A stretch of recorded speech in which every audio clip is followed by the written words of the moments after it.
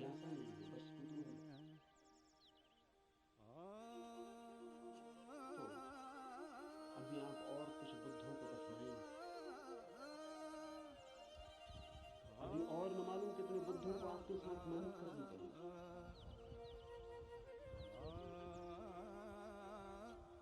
कुतूहल से सत्य का कोई संबंध नहीं।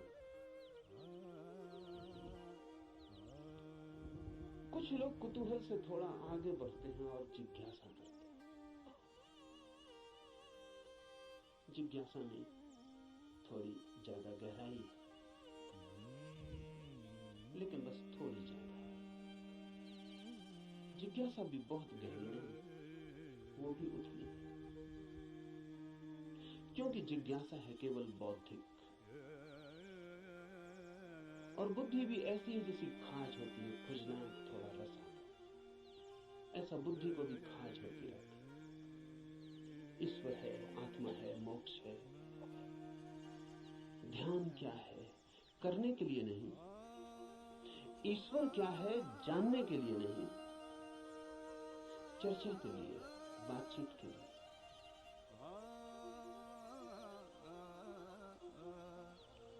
एक बौद्धिक मजा है, एक बौद्धिक व्यायाम है। तो लोग ऊंची बातें करते हैं, लेकिन उन बातों पर कभी भी कोई दांव नहीं लगाते। ईश्वर है या नहीं, इससे कोई प्रयोजन नहीं है। और ईश्वर हो तो, ईश्वर न हो तो वे जैसे हैं वैसे ही बने रहते हैं। ये बड़े मजे की बात है। एक आदमी मानता है कि ईश्वर है और एक आदमी मानता है कि ईश्वर नहीं, और दोनों की जिंदगी बराबर एक सी। कोई गाली दे तो उसे भी क्रोध आता है जो मानता है कि ईश्वर है, और उसे भी क्रोध आता है जो मानता है कि ईश्वर नहीं। बल्कि कई दफे तो ये देखा जाता है कि जो मानता है ईश्वर है उसे ज्यादा क्रोध आता है, क्योंकि जो मानता है कि ईश्वर नहीं है वो ज्यादा से ज्यादा क्या कर सकता है आपका, गाली दे सकता है, मार सकता है, हत्या कर सकता है। लेकिन जो मानता है ईश्वर है वो आपको नरक तक में फंसा सकता है। उसके पास ज्यादा उपाय क्रोधित होने के। अगर ईश्वर के मानने और न मानने से कोई भी अंतर जीवन में न पड़ता हो, तो उसका अर्थ है कि ये ईश्वर से कोई संबंध नहीं है, बौद्धिक बातचीत है।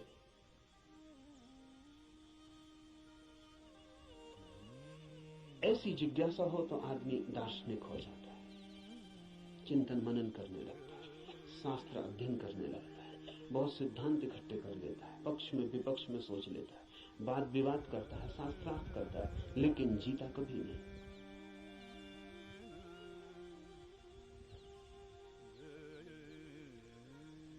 अगर आप भी सिर्फ जिज्ञासा से भरे तो यात्रा नहीं होगी। जिज्ञासा से भरे हुए लोग वे हैं जो मील के पत्थर के पास बैठ जाते हैं और पूछते हैं मंजिल क्या है, कितनी दूर है, और सदा यही पूछते हैं, लेकिन कभी उठ के चलते नहीं। जानते तो आप भी कितना है, क्या कमी है जानने में। करीब करीब सभी कुछ जानते हैं। जो बुद्ध ने जाना हो, महावीर ने, कृष्ण ने जाना हो, वो सभी आप भी तो जानते हैं। गीता में पढ़ के आपको ऐसा नहीं लगता कि ये बातें तो हमें भी मालूम आपको भी, पर सिर्फ बुद्धि तक है, आपके हृदय तक उनका बीज नहीं पहुंचा। और बुद्धि पर रखे हुए विचार वैसे ही होते हैं जैसे पत्थर पे कोई बीज को रखते हैं। बीज तो होता है लेकिन पत्थर पे रखा रहता है, अंकुर नहीं फूट सकता। अंकुर फूटना हो तो बीज को पत्थर से गिरना पड़े, जमीन खोजनी पड़े, और जमीन की भी ऊपर की सतह ठीक नहीं है, क्योंकि और गीली जगह चाहिए, तो थोड़ा जमीन के भीतर पहुंचना पड़े, जहां थोड़ी पानी की सुविधा हो, थोड़ा रस बहता हो। बुद्धि पर पत्थर की तरह बीज रख जाते हैं, हृदय तक जब तक न गिर जाए तब तक गीली जगह नहीं मिलती। हृदय में थोड़ा रस बहता है, थोड़ा प्रेम, वहां थोड़ा पानी, वहां कोई बीज गिरे तो अंकुरित होता है, नहीं तो कभी अंकुरित नहीं होता। जिज्ञासु व्यक्तियों के पास बहुत कुछ होता है, लेकिन पत्थर पर रखे हुए बीजों की भांति। जमीन भी ज्यादा दूर नहीं होती, लेकिन थोड़ी यात्रा भी मुश्किल है। चलना बिल्कुल नहीं है तो पत्थर पर ही बीज रखा रह जाता है। इतनी यात्रा तो करनी ही पड़ेगी कि बीज पत्थर से नीचे गिरे, जमीन पर आए, जमीन में जगह खोजे, थोड़ी गीली भूमि को पाए, थोड़ा छिप जाए अंधेरे में। ध्यान रहे, जगत में जो भी जन्म पाता है वो गहन, मौन, एकांत, अंधेरे को चाहता है। बुद्धि में तो जितनी चीजें रखी हैं वो सब खुले प्रकाश में रखी हैं। वहां अंकुर नहीं होते, हृदय है, आपके भीतर गीली जमीन है छिपी हुई, वहां कुछ पैदा होता है। इसलिए जो सिर्फ जिज्ञासा से जीते हैं वे विद्वान बन जाते हैं, पंडित बन जाते हैं, ज्ञानी बन जाते हैं, लेकिन कुछ अंकुरित नहीं होता उनके भीतर। कोई नया जन्म, कोई नया जीवन, कोई नए फूल, कुछ भी नहीं। एक और जिससे संबंध है हमारा, एक और भी दिशा है खोज की, उसे हम कहते हैं मुमुक्षा। जानने की फिक्र नहीं है, जीने की फिक्र है। जानने की फिक्र नहीं है, होने की फिक्र है। ये सवाल नहीं है कि ईश्वर है, सवाल यह है कि क्या मैं ईश्वर हो सकता हूं। अगर ईश्वर हो भी और मैं ईश्वर न हो सकूं तो कोई सार नहीं। सवाल ये नहीं है कि मोक्ष है, सवाल ये है कि क्या मैं भी मुक्त हो सकता हूं। अगर मैं मुक्त हो ही ना सकूं और मोक्ष हो भी कहीं तो क्या अर्थ है। ये बात नहीं है कि आत्मा है भीतर या नहीं, हो या ना हो। सवाल असली ये है कि क्या मैं आत्मा हो सकता हूं। मुमुक्षा है होने की खोज, और जब कोई होना चाहता है तब दांव पर लगना पड़ता है। इसलिए कहता हूं धर्म है जुआरियों का काम। वही कहूंगा जो मैं जानता हूं, जो जिया है। अगर आप तैयार हुए दांव पर लगाने को, तो जो मेरा अनुभव है वो आपका अनुभव भी बन सकता है। अनुभव किसी के नहीं होते, जो भी लेने को तैयार हो उसी के हो जाते। सत्य पर किसी का कोई अधिकार नहीं, जो भी मिटने को राजी है वही उसका मालिक हो जाता। सत्य तो उसका है जो भी उसे मांगने की तैयारी दिखलाता है, जो भी अपने हृदय के द्वार खोलता है और उसे पुकारता है।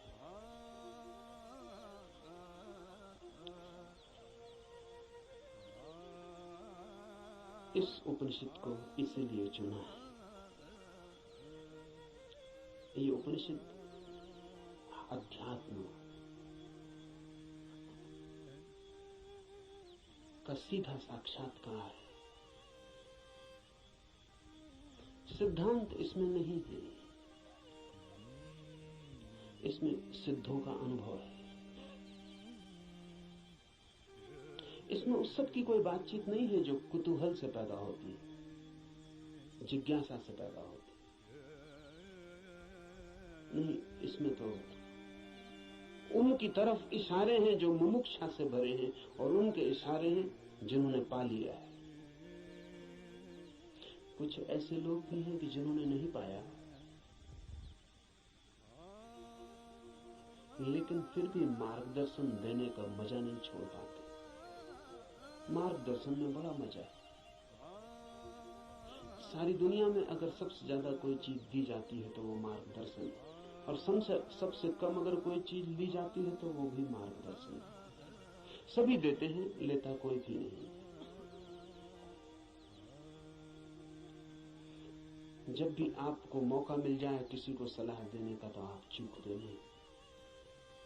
जरूरी नहीं है कि आप सलाह देने योग्य हो, जरूरी नहीं कि आपको कुछ भी पता हो जो आप कह रहे हैं, लेकिन जब कोई दूसरे को सलाह देनी हो तो शिक्षक होने का मजा छोड़ना बहुत मुश्किल हो जाता है। शिक्षक होने में मजा क्या है? आप तत्काल ऊपर हो जाते हैं मुफ्त में, और दूसरा नीचे हो जाता है। अगर कोई आपसे दान मांगने आए तो 2 पैसे देने में कितना कष्ट होता है, क्योंकि कुछ देना पड़ता है जो आपके पास है। लेकिन सलाह देने में जरा भी कष्ट नहीं होता, क्योंकि जो आपके पास है ही नहीं उसको देने में कष्ट क्या है। आपका कुछ खो ही नहीं रहा है, बल्कि आपको कुछ मिल रहा है, मजा मिल रहा है, अहंकार मिल रहा है। आप भी सलाह देने की हालत में हैं आज, और दूसरा लेने की हालत में। आप ऊपर हैं, दूसरा नीचे है।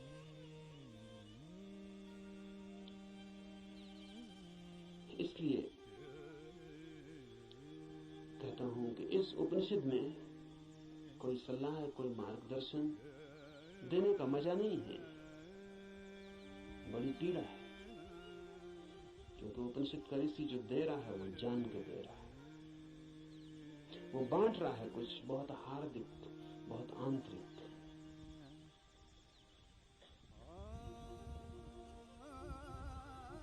संक्षिप्त इशारे हैं लेकिन गहरे हैं,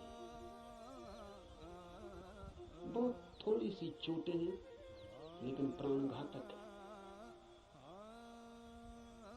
और अगर राजी हो तो तीर सीधा हृदय में चुभ जाएगा और जान लिए बिना न रहेगा, जान ही ले लेगा। इसलिए थोड़ा सावधान, थोड़ा सचेत, क्योंकि ये सौदा ही खतरनाक है। इसमें पागल हुए बिना कोई मार्ग ही नहीं है, इसमें अपने को मिटाए बिना पाने का कोई उपाय ही नहीं। यहां तो खोने वाले ही बस पाने वाले बनते हैं।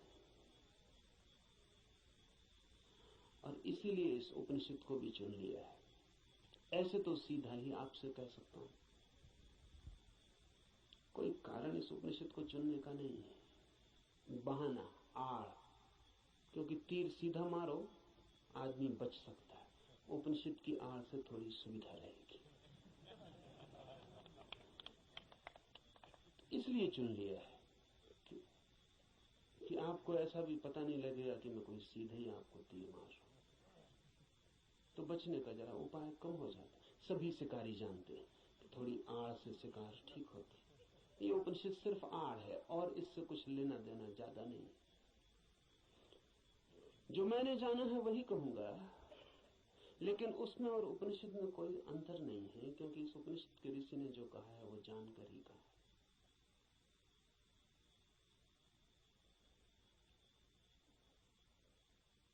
यह उपनिषद अध्यात्म की सूक्ष्मतम रहस्यों का उद्घाटन है। लेकिन अगर मैं उपनिषद पर ही बात करता रहूं तो डर है कि बात ही रह जाए। इसलिए चर्चा तो पृष्ठभूमि होगी। इस चर्चा के साथ साथ प्रयोग, जो कहा है, जो इस ऋषि ने देखा है या जो मैं कहता हूं मैंने देखा है, उस तरफ आपके चेहरे को मोड़ने की कोशिश, उस तरफ आपकी भी आंखें उठाने, उस तरफ आपकी भी आंखें उठाने का प्रयास, वही मुख्य होगा। उपनिषद की बात तो सिर्फ हवा पैदा करने के लिए होगी कि आपके चारों तरफ वे तरंगें पैदा हो जाएं, कि आप भूल जाएं 20वीं सदी को, पहुंच जाएं उस लोक में जहां ये ऋषि रहा होगा। मिट जाए